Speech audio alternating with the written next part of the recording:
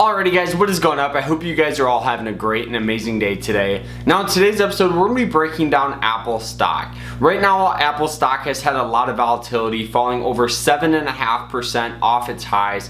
And a lot of investors are saying, well, Carter, this could be a good opportunity to buy on the dip. We're going to be breaking down everything you need to know before investing in Apple right now. So I hope you guys enjoy it. And if you guys get anything in value, make sure you guys smash the like button and subscribe to the channel. It really helps me out. So make sure you guys smash that like button as hard as you can.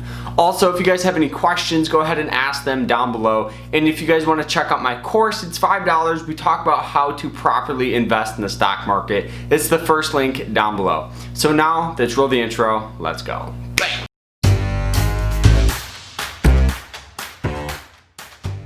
So now, we all know Apple as being the largest company in the United States with a market cap just under $2 trillion. $2 trillion. I don't think people understand how much money that is. That is more than the entire economy of Canada, of Mexico, and a lot of other countries. So one company in the United States is worth more than a lot of countries' total GDP, which is totally insane. But Apple is one of the most profitable companies out there, and they do hold the most cash, which is actually really good for investors. They do hold around $193 billion.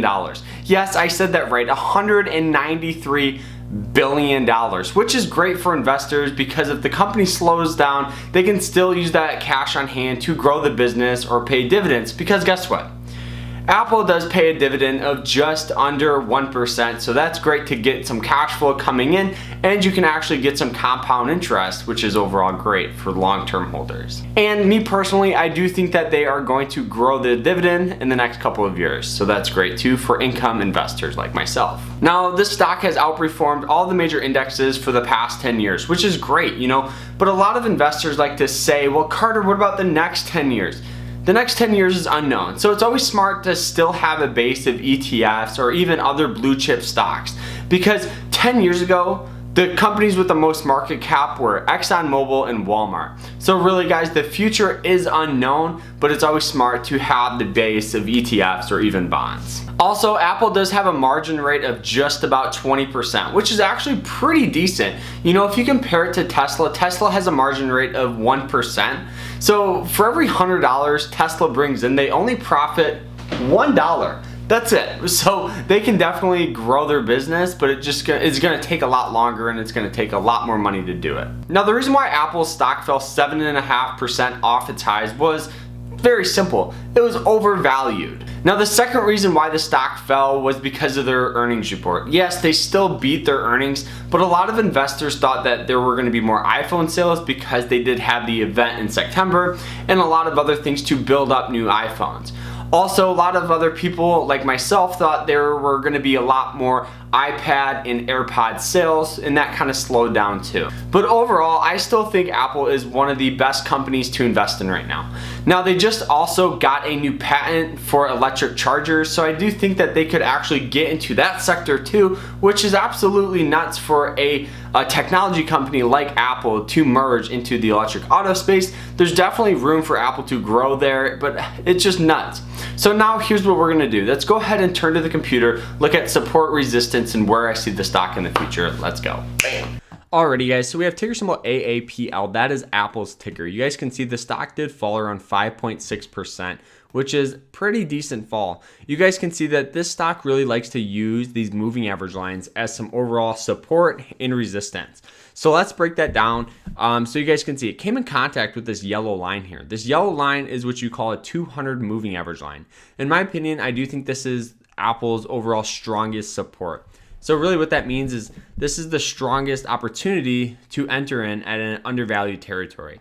So you guys can see it came in contact with it down here, and we got immediate buying pressure.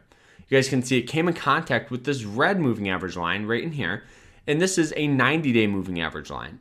And you guys can see it used it as some overall support and continued that upward trend. We got some major sell-off in March, which hit that 90-day moving average line, and guess what? That old support turned into new support. So you guys can see it came in contact with it and bounced. So now we're continuing this upward trend, which is definitely making the stock extremely overvalued just by looking at it at the RSI, the relative strength indicator. you guys can see it had some major opportunity to have sell off here. Every time that this stock has came in contact with over an 80 on the RSI, we had sell off within the next couple of weeks. So you guys can see right in here, we had some sell off, boom. Right up in here, sell off, boom. And now all the way back here, we did have some major sell off a couple weeks later, boom. So now looking at this chart here, you guys can see that it really liked to use this overall 20 moving average line now as some overall support. So you guys can see it came in contact with it here once, and we got buying pressure. So it got bought up from around $100 all the way up to around 125. So that nice little move, that 25% move, a lot of investors made a lot of money off that. So now we're getting some short-term sell-off here. Boom, all the way back down to this 20 moving average line. So now, in my personal opinion, I do think that any opportunity under this 90 moving average line is a good opportunity to buy. So my real buy sign is around, honestly, 108, the price point now, to around $100. I do think that's going to be a very, very strong support for this stock. You guys can see this little consolidation here had that little resistance. So that old resistance is going to turn into new support if this stock falls down that much. I don't think it will. I do think we'll get some buying pressure within the next couple of days. But overall, I do think this is still a good opportunity to buy this stock under $128.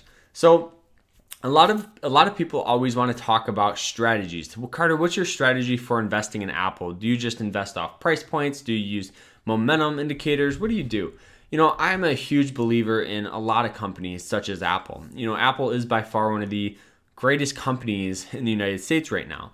But obviously, it's still a growth stock, and it does carry risk, just like all stocks. So yeah, I do think it would be smart to still have a nice solid base of ETFs or bonds before investing in Apple, because Apple's still one company, and I'd rather see you guys invest in a company or an ETF that is diversified. So really what it is if let's say you guys have $1,000 to invest in Apple, okay? Instead of investing one lump sum, because you're worried that it could be overvalued and we could have some sell-off, people that bought in here are down quite a bit of money right now.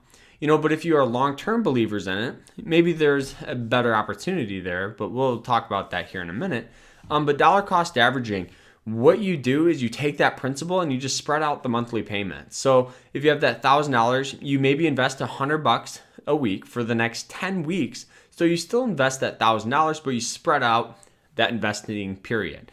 What it does is it gets a good overall average price. So you're not getting in on an overvalued or undervalued territory. And honestly, in my opinion, anytime that the stock falls more than 4 to 6%, I double what I normally put in because it moves my average price down. So I do think that is the best strategy with these stocks here, but overall they do continue to carry risk. And another thing here is I do believe that Apple is going to continue to grow their dividend. So for all the dividend out there, all the dividend investors, Apple is going to continue to grow it. They have the cash to do so. And I do think that is a very, very strong thing that we can see Apple do here in the future. So that is it though. I hope you guys enjoyed the episode. And if you did, make sure you guys smash the like button. We'll see you guys tomorrow in another episode. Remember to stay happy, stay positive, and stay safe out there. We'll see you tomorrow. Take care. Bye.